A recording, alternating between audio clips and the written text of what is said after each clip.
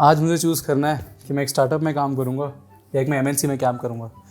देखते हैं क्या ऑफर है इनके पास। हाँ जी, क्या ऑफर है? अरे ये क्या देंगे तुम्हें? मैं तुम्हें 30 लाख की सैलरी दूंगा। भाई मैं 30 लाख के साथ तेरे को एक मैक दूंगा, ले अभी रख ले तू। मैं उसके ऊपर 10 लाख के ईसॉप्स भी दूंगा।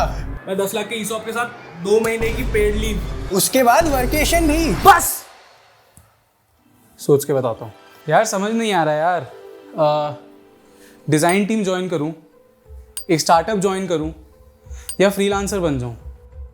बहुत कंफ्यूजन है यार। As a designer, we have tons of options available today, whether that's startup, freelance, small team, big team, and a lot more.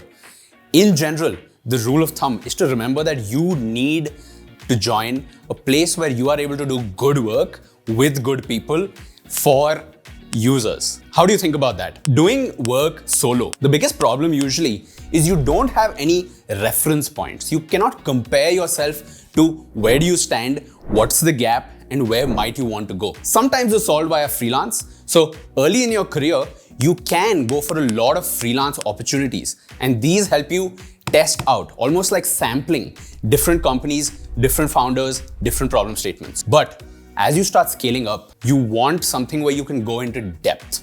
And that depth usually comes with a solid team that builds products, solid founders, and in general, having a good vision that you're building towards.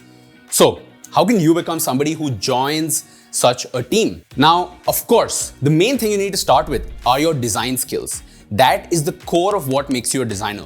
Your ability to look at problem statements, think about the variables, the context in which this product is going to be used, and work towards that vision. However, once you get familiar with the tools, whether that's Figma, whether that's prototyping, or other tools, you kind of get into this higher strata. Now, you have to start thinking about, I have been hired to solve problems. I have been hired not just to create outputs, but outcomes. This is when you start leveling up as a designer. First thing you need to remember is you have to find what problems are worth solving, what problems directly help grow the business, and what problems the user is facing that your product or service can solve through these things that you create. Once you're in this level, you have to start thinking about what are the questions I should ask.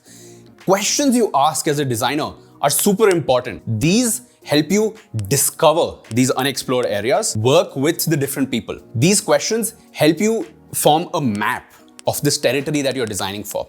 That helps your understanding of what's the problem space, what are we trying to solve, and as you develop a deeper intuition for this, that channels into your solution space, working towards something that people use as part of their daily life. I think one mistake a lot of people make is they try to directly go for brand names. Like, hey, I want to work at Google, I want to work at Apple.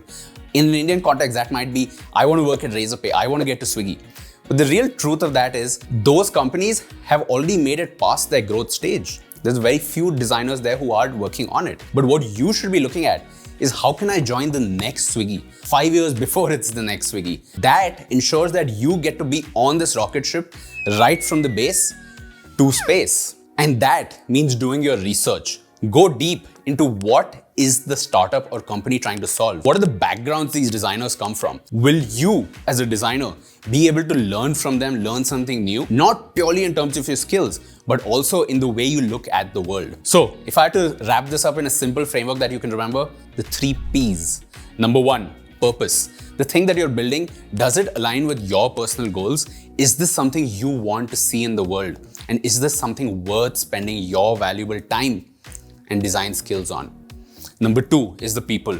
You want people who challenge you, who want the best outcome. And together as a team, you push each other to move towards that goal. And number 3 is pay.